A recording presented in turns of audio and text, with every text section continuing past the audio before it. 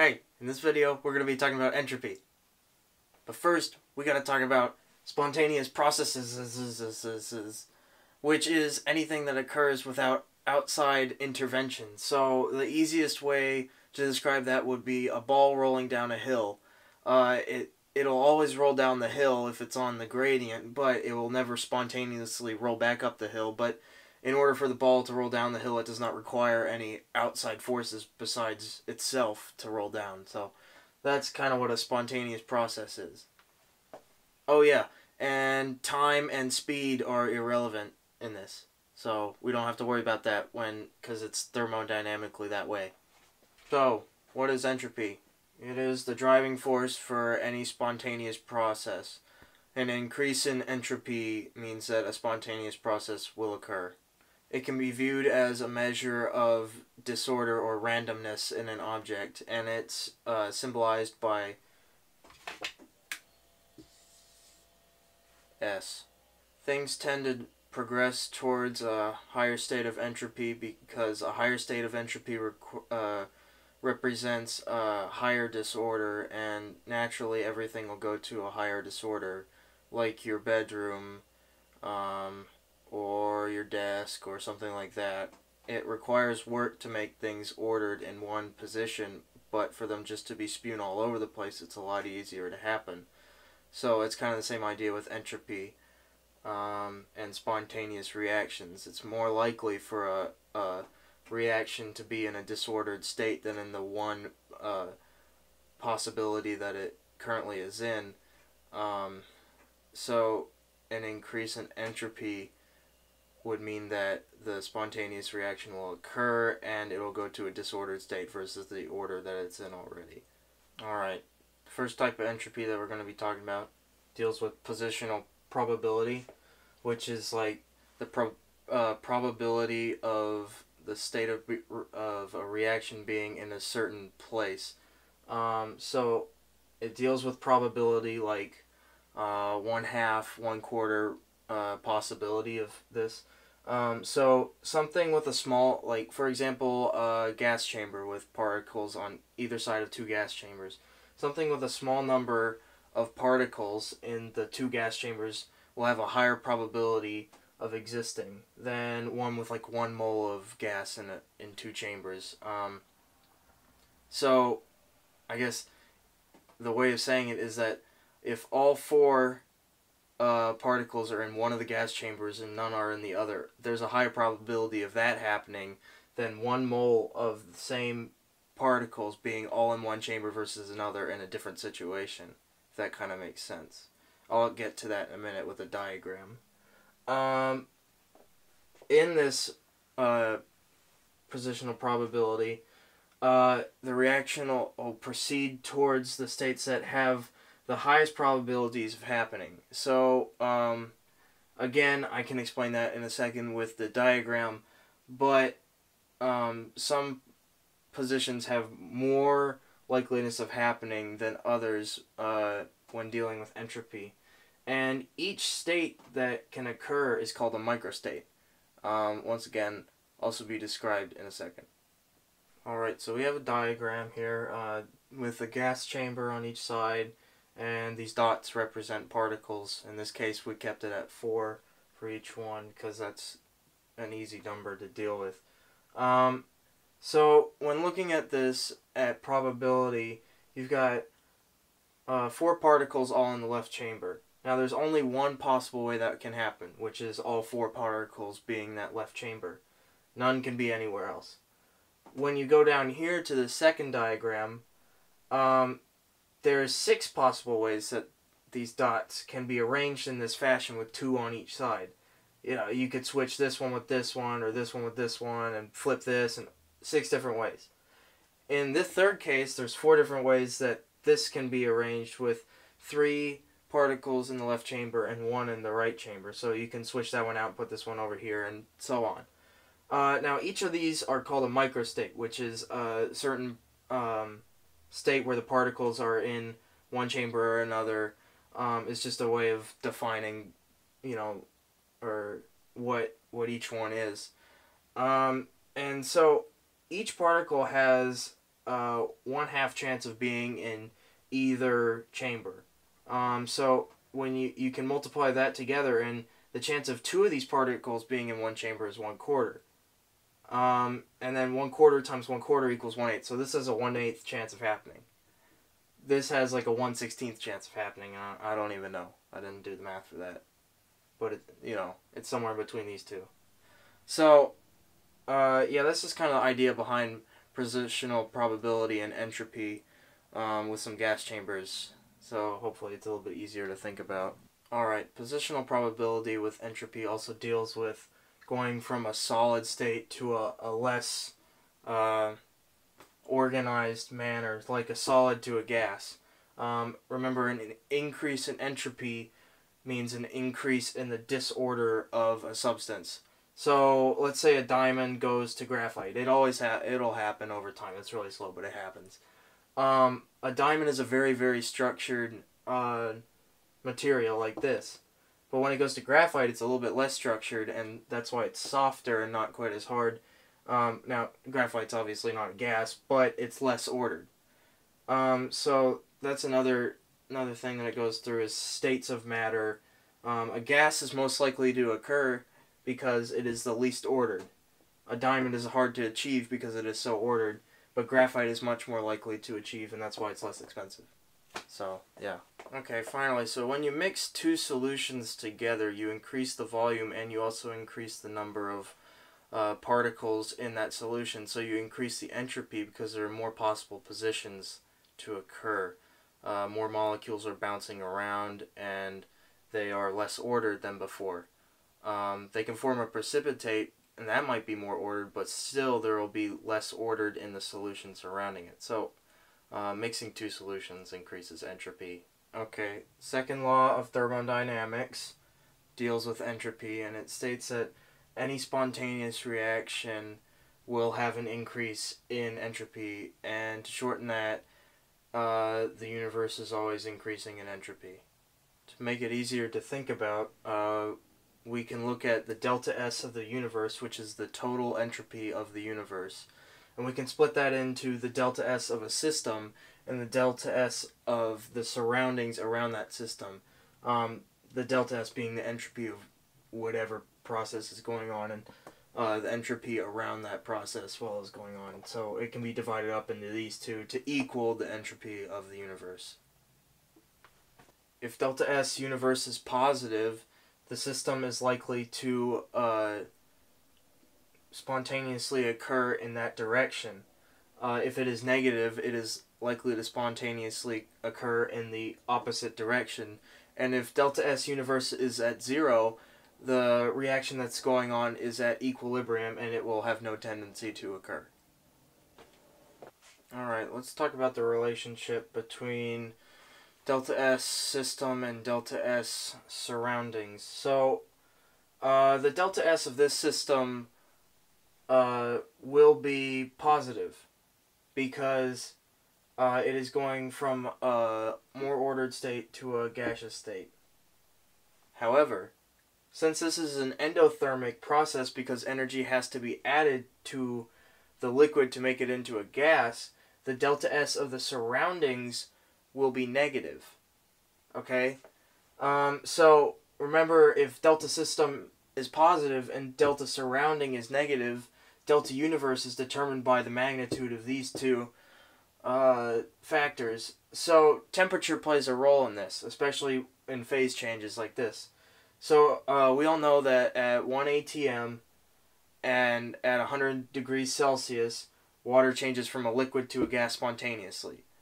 At this temperature, delta S surrounding is greater than delta S.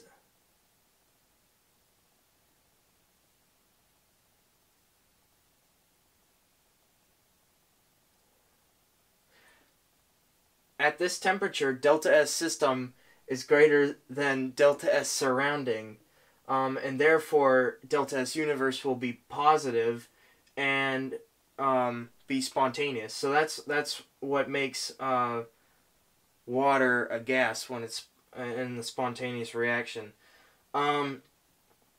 Now, this is an endothermic process, which is a little bit different. When we're talking about an exothermic process, delta surroundings will also be positive, and therefore delta S will be delta S universe will also be positive. So really, the driving factor for delta S universe being positive is basing on the number of the sign of the delta S surrounding and the magnitude of the temperature applied to it. Delta S universe is driven by the delta S surrounding because heat flow increases the entropy in the surroundings, heat flow from the system, and therefore it will control the delta S universe. This means that exothermicity is a driving force for spontaneity. Now we know that a system will always try to go to a lower energy state as well, and this is kind of explained here because when an exothermic reaction occurs, the system will decrease in energy, and energy will be flowing to the delta S surroundings, and therefore the surroundings, which drive the delta S universe, will increase in entropy, and then delta S universe will increase, and therefore it will be more likely to be spontaneous, of course, if it's positive. Alright, so delta S surrounding is controlled by the magnitude of the heat flow. This just means that at a low temperature, if delta S, if like the surroundings of a reaction are at a low temperature, and they are hit with a whole bunch of heat coming off of the system, delta S surroundings will increase more due to that heat flow, and therefore the magnitude can control delta S more and make the spontaneity more likely to happen. Thus, delta S depends completely on the quantity of heat transferred inversely on the temperature of the heat. Here's a little equation. Delta S equals negative delta H over T. This is because a negative delta H will indicate that there is an exothermic reaction occurring and heat is flowing to the surroundings, therefore increasing the entropy of the surroundings, making this positive. This is over temperature, because as I just said, delta S depends on the amount of heat being transferred to it inversely over temperature. So yeah, this is inversely. So that's the equation that kind of summarizes all of this. Problem time. Okay, so let's do a problem. Let's determine the delta S surroundings of this reaction. Delta H equals 778 kilojoules and temperature equals 25 degrees Celsius. I'll do a little speedy thing here.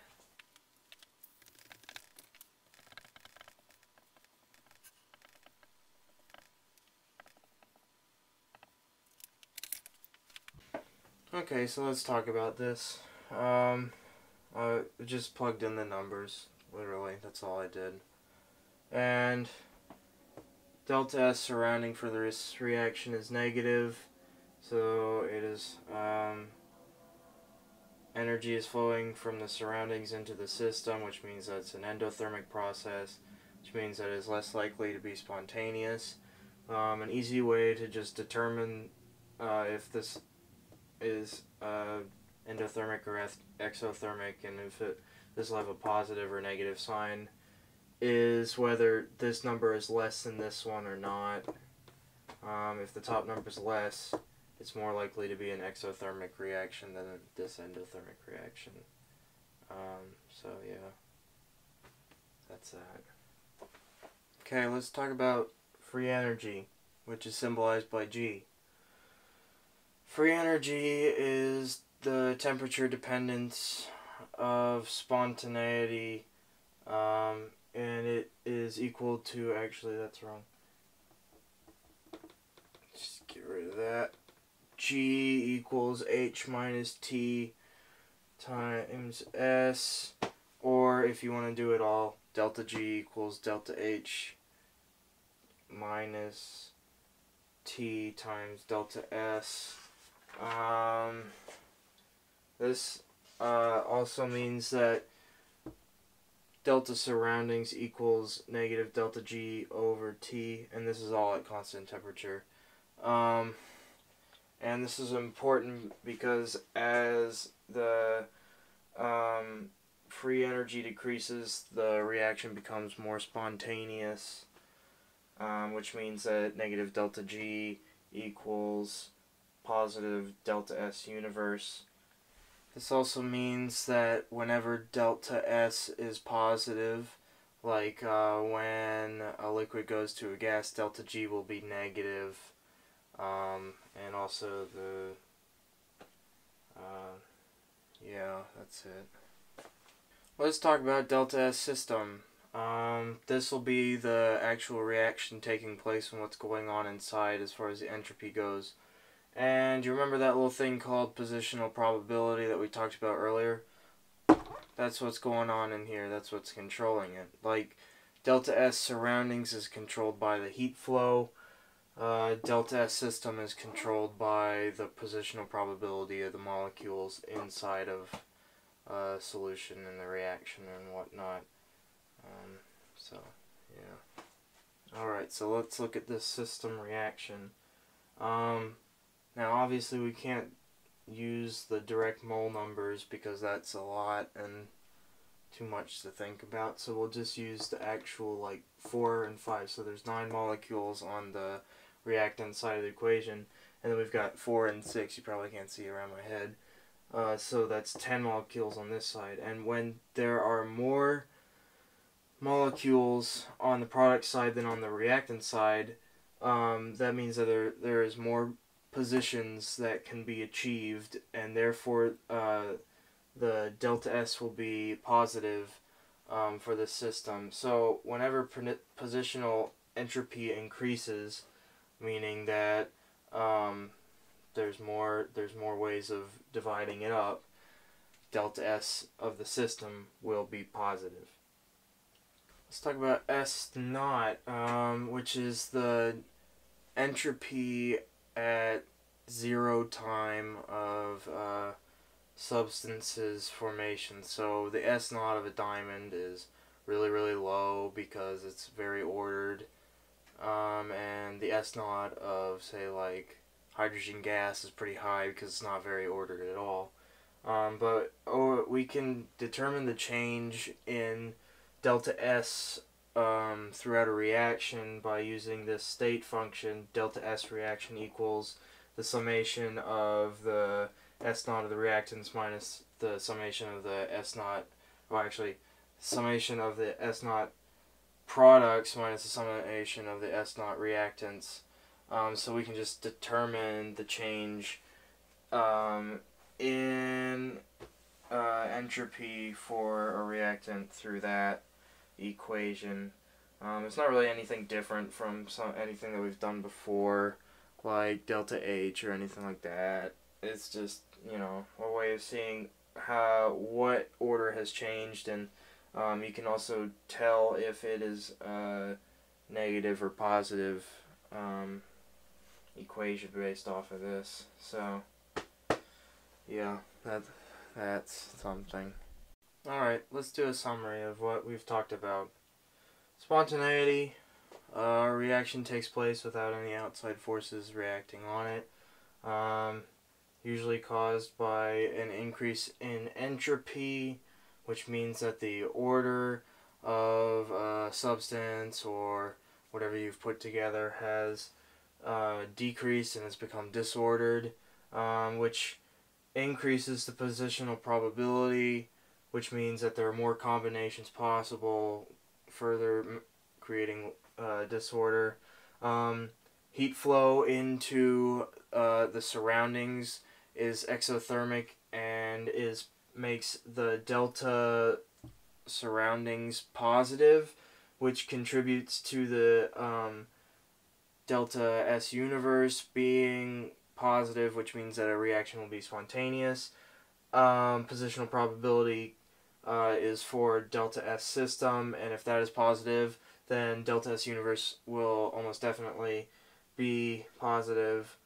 Heat flow, delta S surrounding is controlled by heat flow and more specifically exothermicity, because an exothermic reaction will be positive as far as delta S in the surroundings goes, because heat creates disorder and entropy is disorder. And then G equals H minus TS, or delta G equals delta H minus T times delta S, which is free energy, which is the change at constant temperature, and it's the state function, because delta H minus TS are inverse to each other. And finally, S naught is the original entropy of substance and whatnot. And when the sums of the S naughts from the products are subtract the reactants from the products, you can get the total S naught of the reaction. Few things to remember: when you combine two solutions together, the entropy will increase because the amount of possibilities of the particle situations has increased. Heat increases entropy, and entropy will always be disorder, and nature will always seek to find the lowest energy level. Alright, I hope you've enjoyed this informational session on entropy. I know I have. Have a good day. How do you feel about entropy? That's a good topic. One of my personal curiosities is, what is the entropy of the universe? How much chaos truly is there in the universe? How many positions can this universe hold? And entropy has never ceased to amaze me. Are you filming? No, go ahead. Oh, I'm so sorry. Thanks, Drew. That was really helpful.